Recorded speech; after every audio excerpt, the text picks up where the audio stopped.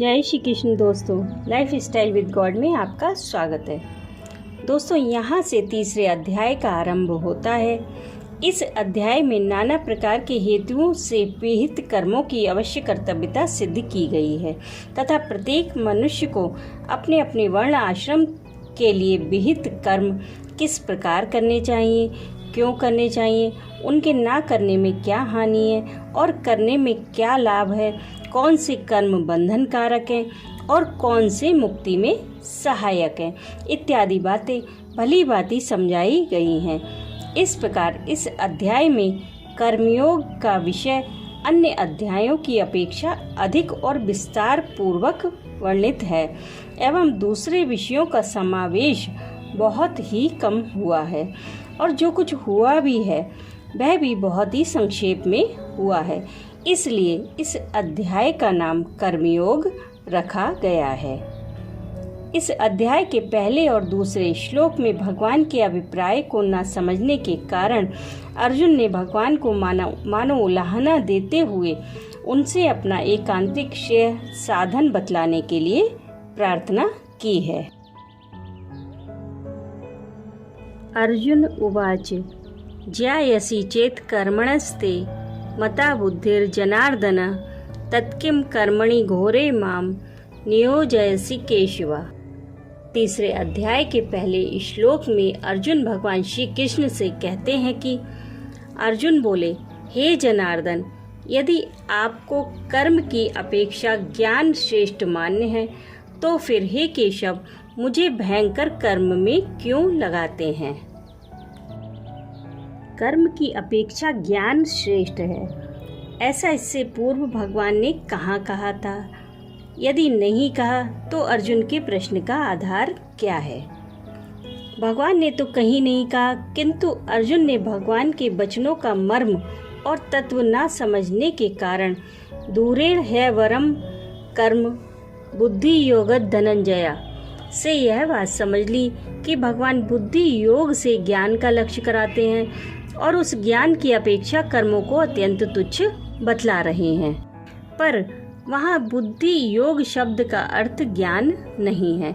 बुद्धि योग वहाँ सम बुद्धि से होने वाले कर्म योग का वाचक है और कर्म शब्द सकाम कर्मों का, क्योंकि उसी श्लोक में भगवान ने फल चाहने वालों को अत्यंत दीन बतलाया है और उन सकाम कर्मों को तुच्छ बतलाकर सम बुद्धि रूप कर्म योग का आश्रय ग्रहण करने के लिए आदेश दिया है।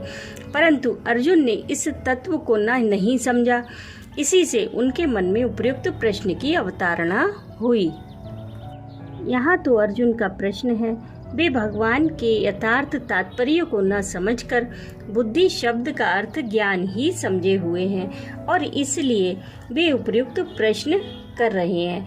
यदि अर्जुन बुद्धि का अर्थ सम बुद्धि रूप कर्म योग समझ लेते तो इस प्रकार के प्रश्न का कोई आधार ही नहीं रहता। अर्जुन ने बुद्धि का अर्थ ज्ञान मान रखा है। अर्जुन ने कहा कि मुझे घोर कर्म में क्यों लगाते हैं।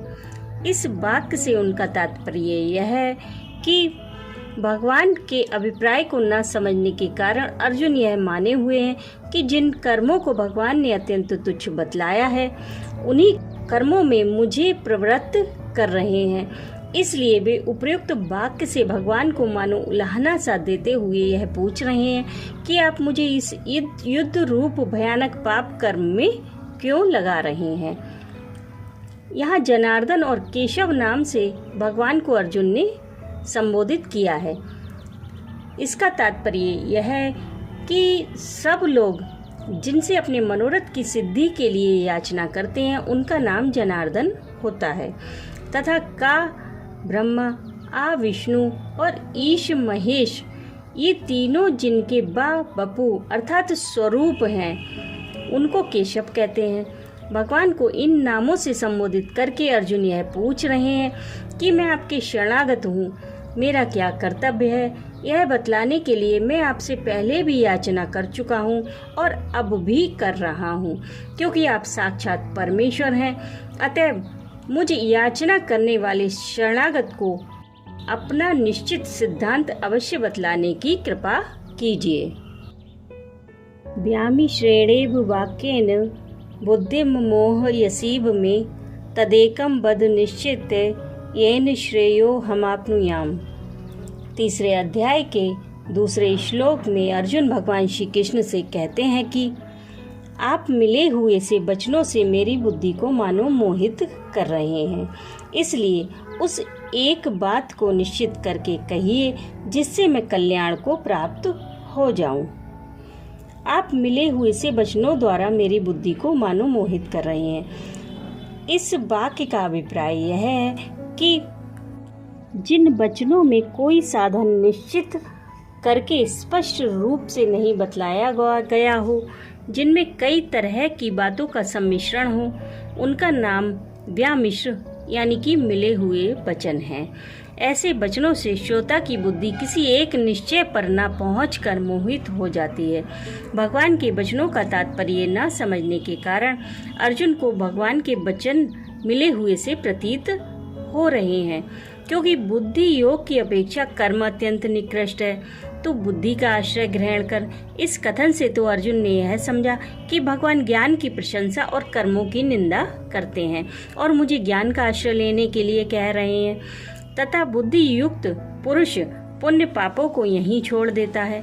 इस कथन से यह समझा कि पुण्य पाप रूप समस्त कर्मों का स्वरूप से त्याग करने वाले को भगवान बुद्धि युक्त कहते हैं। इसके विपरीत तेरा कर्म करने में अधिकार है, तू योग में स्थित होकर कर्म कर। इन वाक्यों से अर्जुन ने यह बात समझी कि भगवान मुझे कर्मों में नियुक्त कर रहे हैं। उपर्युक्त वाक्यों में उन्हें विरोध दिखाई दिया, इसलिए अर्जुन कहते हैं कि आप मेरे परम प्रिय और हितैषी हैं, अतएव मुझे मोहित भी नहीं कर रहे हैं, बल्कि मेरे मोह का नाश करने के लिए ही उपदेश दे रहे हैं। किंतु अपनी अज्ञता के कारण मुझे ऐसा प्रतीत हो रहा है कि मानो आप मुझे परस्पर विरुद्ध और मिले हुए से वचन कहकर मेरी बुद्धि को मोह में डाल रहे हैं। उस एक बात को निश्चित करके कहिए जिससे मैं कल्याण को प्राप्त हो जाऊं। इस वाक्य से अर्जुन यह भाव दिखलाते हैं कि अब तक आपने मुझे जितना उपदेश दिया है उसमें विरोध प्रतीत होने से मैं अपने कर्तव्य का निश्चय नहीं कर सका हूँ। मेरी समझ में यह बात नहीं आई है कि आप मुझे युद्ध के लिए आज्ञा दे रहे हैं या समस्त कर्मों का त्याग कर देने के लिए। यदि युद्ध करने के लिए कहते हैं तो किस प्रकार करने के लिए कहते हैं, और यदि कर्मों का त्याग करने के लिए कहते हैं तो उनका त्याग करने के बाद फिर क्या करने को आज्ञा देते हैं। इसलिए आप सब प्रकार से सोच समझकर मेरे कर्तव्य का निश्चय करके मुझे एक ऐसा निश्चित साधन बतला दीजिए कि जिसका पालन करने से मैं कल्याण को प्राप्त हो जाऊं। यहाँ श्रेय प्राप्ति से अर्जुन का तात्पर्य इस लोक या परलोक के भोगों की प्राप्ति नहीं है, क्योंकि यह बात तो उन्होंने पहले ही सिद्ध कर दी कि भूमि का निष्कंटक राज्य और देवों का आधिपत्य मेरे शोक को दूर नहीं कर सकते। अतएव श्रेय प्राप्ति से उनका अभिप्राय शोक मोह का सर्वथा नाश करने वाली शाश्वती शांति और नित्यानंद प्रदान करने वाली नित्य वस्तु की प्राप्ति से है। इसलिए यहाँ श्रेय पद का अर्थ कल्याण किया गया है। राधे राधे।